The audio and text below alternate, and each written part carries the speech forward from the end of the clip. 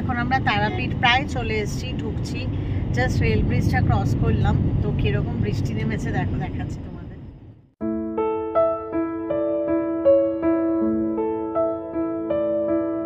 দেখো আমরা রুমে এসেছি। তো আমরা যে হোটেলটাতে আছি, এই হোটেলটার নাম হচ্ছে হোটেল ক্লাসিক।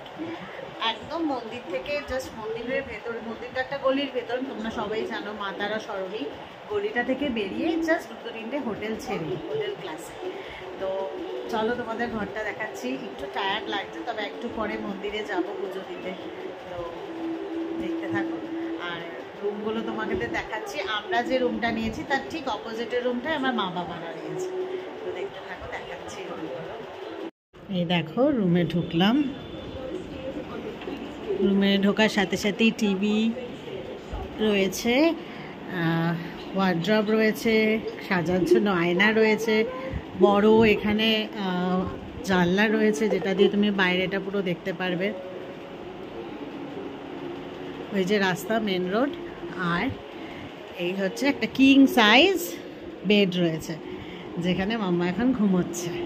এখানে টেবিল রয়েছে, বসার সোফা রয়েছে, আর এদের নিজস্ব রেস্টুরেন্টও আছে। আর এই দিক দিয়ে বেরোলে হচ্ছে সুন্দর ব্যালকনি। দেখো এখন যাচ্ছে মায়ের মন্দিরে। আমাদের হোটেল থেকে একদম পায়ে হাঁটা ডিস্টেন্সে মন্দির, মেন রোড। এই যে আমি আর মা যাচ্ছি বিকেলবেলা, জানি না দর্শন পাবো কেমন, প্রচুর ভিড়।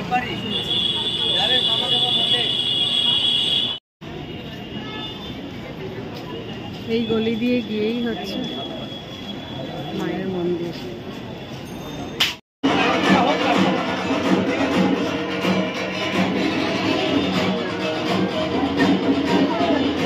দেখো আমরা সন্ধেবেলায় পুজো দিতে বেরিয়ে পড়েছি। তো এখানে গিয়ে যেটা দেখলাম, প্রচণ্ড ভিড়। পান্ডাদের জিজ্ঞেস করায় তারা জানালো সব সময় মায়ের মন্দির এরকম ভিড় হয়, কিন্তু যেহেতু এটা শ্রাবণ মাস তাই এতটা ভিড়। আর এখানে পুজো দেওয়ার 3টে লাইন রয়েছে। জেনারেল লাইন রয়েছে যেখানে কোনো রকম টাকা পয়সা না দিয়ে তোমরা দর্শন করতে পারো মায়ের, কিন্তু সেক্ষেত্রে অনেকটা সময় লাগবে। আর রয়েছে 300 টাকা এবং 500 টাকার লাইন। আমরা 300 টাকার লাইন দিয়ে এখানে দাঁড়িয়েছি। দেখো জাস্ট 4-5 জনের পরেই আমরা দাঁড়িয়েছিলাম, এবং খুব সুন্দরভাবে মায়ের দর্শন করায় আমাদের পান্ডা, এবং একদম সামনে থেকে মাকে আমরা দর্শন পাই, এবং আমার মেয়েকে তো একদম মায়ের কাছেই নিয়ে যায়। ভীষণ ভীষণ সুন্দর দর্শন হয়েছে আমাদের। আর এখানে কিন্তু পান্ডা নিলে তোমাদের পুজো দিতে অনেকটা সুবিধা হবে, ওরাই তোমাকে সমস্ত কিছু গাইড করে দেবে। এই দেখো মায়ের গর্ভগৃহ, আমি এখানে ভিডিওটা করেছি। এই দেখো এর ভেতরেই মা রয়েছে। আমরা যেহেতু জবার মালা নিয়েছি মায়ের জন্য, আমার মেয়েও কিন্তু মায়ের জন্য এই পদ্মটা পছন্দ করেছে, মাকে দেবে। দেখো আমাদের মোটামুটি পুজো হয়ে গেছে, এখনো কত ভিড় মায়ের মন্দিরে। আমাদের পুজো হয়ে গেছে, ফিরছি এখন।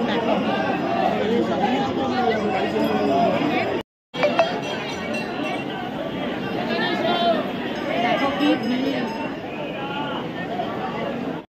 আর একটা কথা তোমাদের বলে রাখি, এই যে 300 টাকার বা 500 টাকার লাইনের টাকাটা, এটা কিন্তু প্রতিটা পার্সনের 300 টাকা করে, বা প্রতিটা পার্সনের 500 টাকা করে। এবং এই টাকাটা দিতে হবে তোমরা যখন লাইনে দাঁড়াবে, মায়ের মন্দিরে ঢোকার লাইনের মুখটাতে ওরা সবাই টাকাটা নেবে।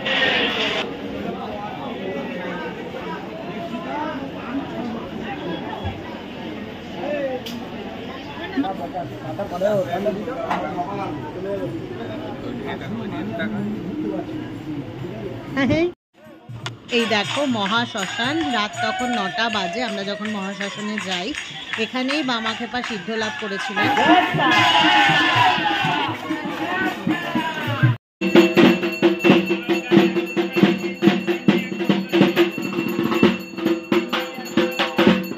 হোটেল ক্লাসিক, এটা আমাদের হোটেল।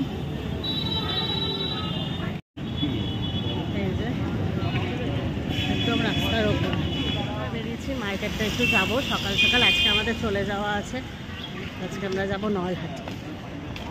দেখতে পাবো মা ছোটোর জন্য কি নেবো, কি চাইছে, কিছু চায় না, ওর জন্য একটা নেবো।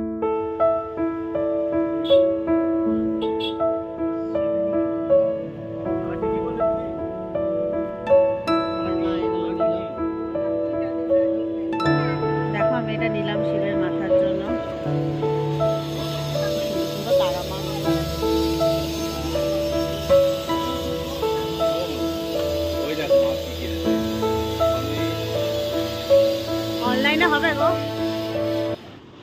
দেখো আমরা একটু এই মার্কেটটা ঘুরে নিচ্ছি, এরপর আমরা ব্রেকফাস্ট করব, করেই আমরা বেরিয়ে যাব নলহাটিতে মায়ের দর্শনে।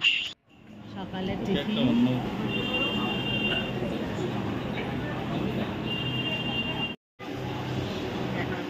সকালের টিফিন এই যে মামু ও খেলনা নিতে ব্যস্ত, এই যে খেলনা দিদা কিনে দিয়েছে ওকে।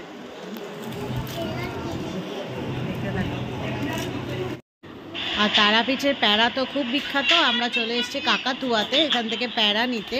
তো এখানেও দু রকমের প্যারা, একটা ঘিয়ে ভাজা, একটা কেশর প্যারা। তো ঘিয়ে ভাজাটা বেস্ট হয় শুনলাম, তো ঘিয়ে ভাজাটাই নিলাম। দেখো আমাদের মোটামুটি তারাপীঠ ঘোরা কমপ্লিট। এখন আমরা হোটেলে এসেছি। বাইরে কি গরম, এর থেকে মনে হয় কলকাতায় গরম কম।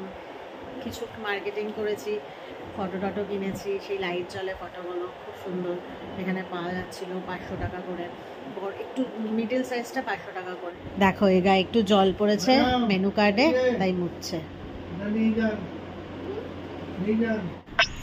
আমাদের এখন তারাপীঠকে বাই বাই বলার সময় চলে এসেছে। ভীষণ সুন্দর ঘুরলাম, খুব ভালো দর্শন পেলাম। তোমাদেরকেও বলবো যে তোমরা যদি আসো তো পান্ডা ধরে এই 300 টাকা বা 500 টাকা লাইনটা দিতে পারো। আর যদি হাতে সময় থাকে প্রচণ্ড, তাহলে কিন্তু জেনারেল লাইনেও তোমরা দাঁড়িয়ে মায়ের দর্শন পাবে। খুব সুন্দর ঘুরলাম। তো এখন আমরা চললাম নলহাটিতে, সতীপীঠ ফিরছি।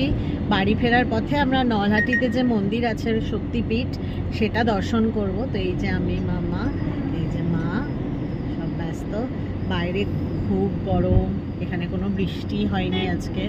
হালকা হালকা আমরা আসার দিন প্রচুর বৃষ্টি পেয়েছি অনেক অনেক জায়গায়, আজকে তো এখন অবধি বৃষ্টি নেই, খুব গরম বাইরে। এই যে চলো দেখতে থাকো।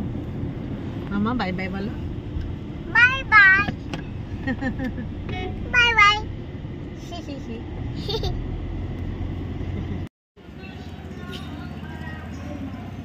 দেখো এটা হচ্ছে যোগেশ ভৈরব মন্দির।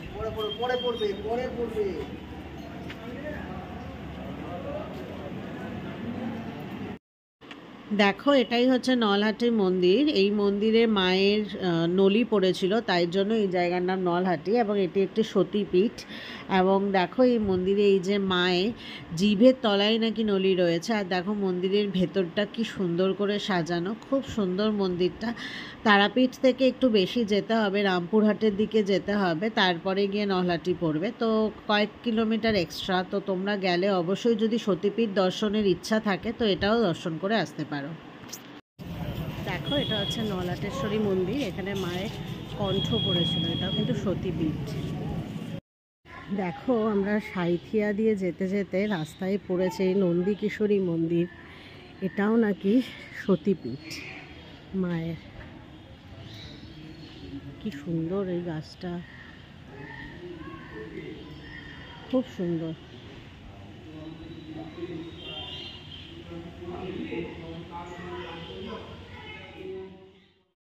এই নন্দকিশোরী মন্দিরও কিন্তু সতীপীঠ, এখানে মায়ের গলার হার পড়েছিল। তো কীরকম অদ্ভুত মহিমা দেখো মায়ের। আমরা গেছিলাম তারাপীঠ দর্শনে, যেখানে সেটাও সতীপীঠ, যেখানে মায়ের চোখের তারা পড়েছিল, কিন্তু ইভেনচুয়ালি আমরা কীরকমভাবে নলহাটি সতীপীঠ এবং আসার পথে এই সাঁইথিয়া সতীপীঠও দর্শন করে নিলাম। দেখো আমরা আজকে বাড়ি ফিরছি। তো যাওয়ার পথে এই সাঁইথিয়াতে এইখানে হঠাৎ গুগল ম্যাপ দেখতে দেখতে হঠাৎ দেখলাম যে এখানে একটা সতীপীঠ রয়েছে, নন্দিকেশ্বরী মন্দির। কি সুন্দর মা, এখানে মার হার পড়েছিল বলছে কণ্ঠের। তো তোমরা আসলে এখানে দেখো, ভীষণ সুন্দর।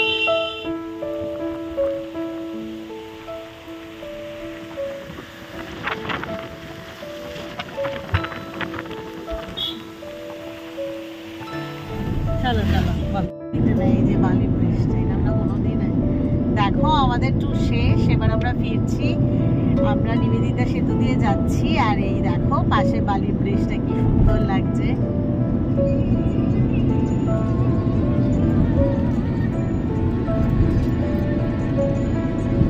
এখানে প্রচুর জ্যাম ছিল, তাই আমরা টোল দিয়ে এই রাস্তা দিয়ে এলাম। তো আজকের ভিডিওটা এখানেই শেষ করলাম। ভালো লাগলে আমার ভিডিওটা লাইক, কমেন্ট, সাবস্ক্রাইব করো। সকলে ভালো থেকো এবং সুস্থ থেকো।